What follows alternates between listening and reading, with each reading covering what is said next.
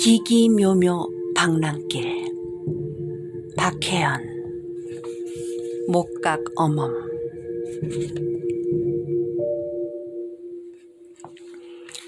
노을이 지는 고즈넉한 저녁이었다. 듬성듬성 보이는 초가집 사이로 걸어가고 있는 한 소년. 어림잡아 15은 됨직한 얼굴에 어깨에 보찜이 들려 있었다. 그럼에도 소년의 발걸음은 가벼웠다. 소년이 한 초가집 앞에 멈춰섰다.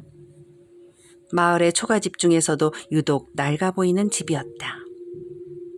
문을 연 소년은 집 안으로 들어섰다. 어머니 다녀왔습니다.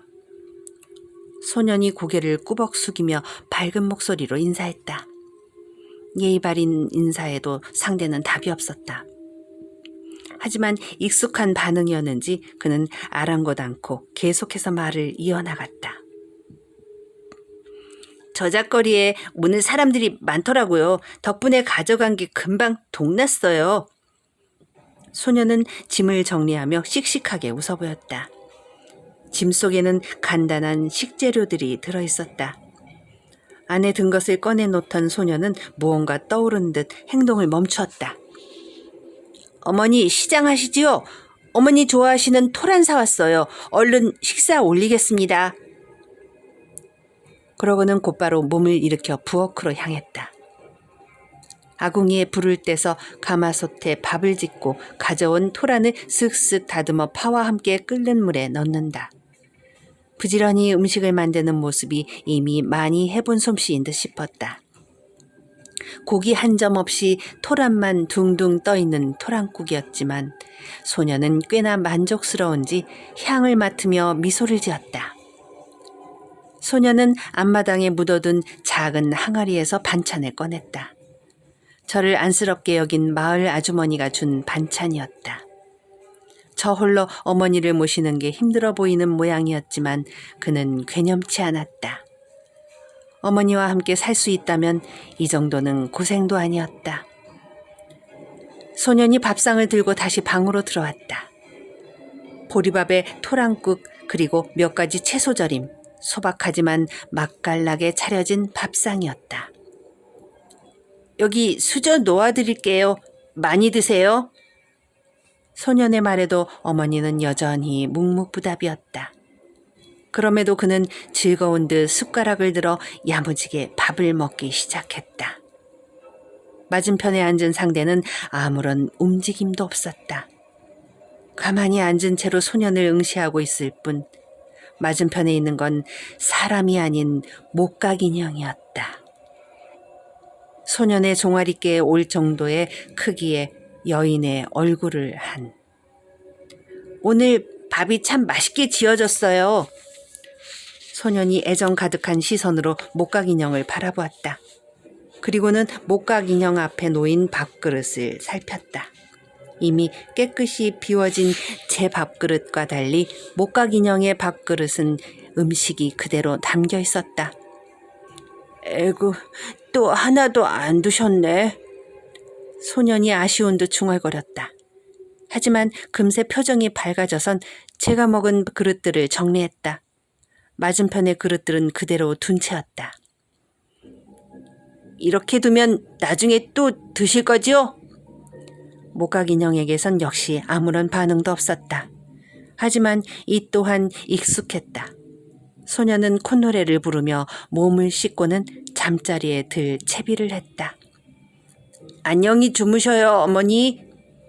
이불 속에 누운 소녀는 목각 인형을 보며 인사하고는 입가에 미소를 띠고 잠에 빠져들었다.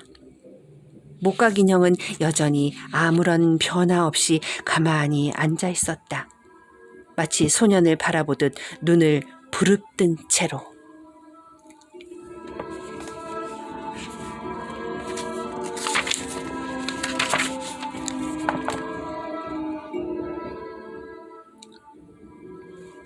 계십니까? 집 대문 앞에 서서 효원이 외쳤다. 대문은 효원의 허벅지께 정도의 높이로 야트막했다. 무릎으로 슬쩍 밀어보니 스르르 열리는 것이 있으나 마나한 대문이란 생각이 들었다. 예, 잠시만. 집안에서 앳된 목소리가 들리더니 우당탕하고 부산스러운 소리가 났다. 그러고는 목소리처럼 앳된 얼굴에 소년이 걸어 나왔다. 장인이라기엔 너무나 어려 보이는 얼굴, 끼케야 10살 정도 되어 보였다. 무슨 일이신지요? 소년이 사로와 효원을 번갈아 보며 물었다. 사로를 볼 때는 의문을 품었던 눈이 효원을 보고 커지더니 고개를 꾸벅 숙였다. 뭐로 보나 귀한 집 자제인 것이 눈에 보였던 탓이리라. 혹시 오늘 이 집에서 신세를 질 수 있을까 하여 여쭙습니다. 사로가 정중히 말을 건넸다. 계시는 것은 괜찮으나 저희도 형편인지라. 소년의 대답에 사로는 이미 예상했다는 듯 다시 말을 건넸다. 물론 공짜로 있겠다는 이야기는 아닙니다. 주머니에서 어느 정도의 돈을 꺼내 보이자 소년의 눈이 희둥그레졌다. 그런데 방이 하나뿐이라 괜찮으실지. 괜찮고 말고 노상에서 자는 것에 비하면 극락일세. 막상 노상에서 밤을 지낸 적이 없음에도 효원은 소년이 거절할까 두려운 마음에 열변을 토했다. 그렇다면 얼마든지요. 편하신 대로 계셔도 됩니다. 역시 형편의 문제였던 듯 소년의 태도는 매우 호의적이었다. 그 모습에 효원은 안심하며 한숨을 내쉬었다. 소년이 거절했다면 또 사로를 따라 언제까지 떠돌아야 할지 몰랐다. 며칠이라도 좋으니 한 곳에 머무르며 몸을 쉬게 하고 싶은 마음이 간절했다. 효원은 얼굴에 미소를 띤 채 집 안쪽을 쳐다보았다. 다른 인기척은 느껴지지 않은 게 어린 나이임에도 소년은 혼자인 모양이었다.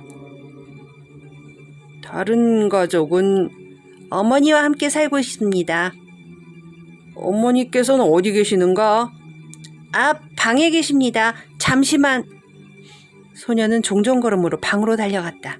그러고는 어머니에게 이 상황을 설명하려는 듯 제잘되는 소리가 들려왔다. 효원은 사로에게 눈짓하며 기뻐했다. 하지만 사로는 효원과 달리 어딘가 무심한 표정이었다. 들어오셔도 됩니다. 소년의 말에 사로와 효원은 대문을 열고 들어가 방으로 향했다. 소년의 어머니에게 인사하려던 효원은 눈앞의 광경에 놀라 우뚝 멈춰섰다. 방 안에 소년의 어머니는 없었다. 아니, 사람은 없었다. 그곳에는 시장에서 본 것보다도 많은 목각 인형이 앉아 있었다. 크기도 제각각, 모양도 제각각이었다. 인형을 깎아 시장에 내다 파는 게 제 일인지라. 그렇지. 그럼 어머니께서는 어디에? 효원이 놀란 마음을 추스르고 묻자 소년이 밝은 얼굴로 대답했다. 이분이 저희 어머니셔요. 소년의 말에 효원은 놀라 눈을 천천히 껌벅였다.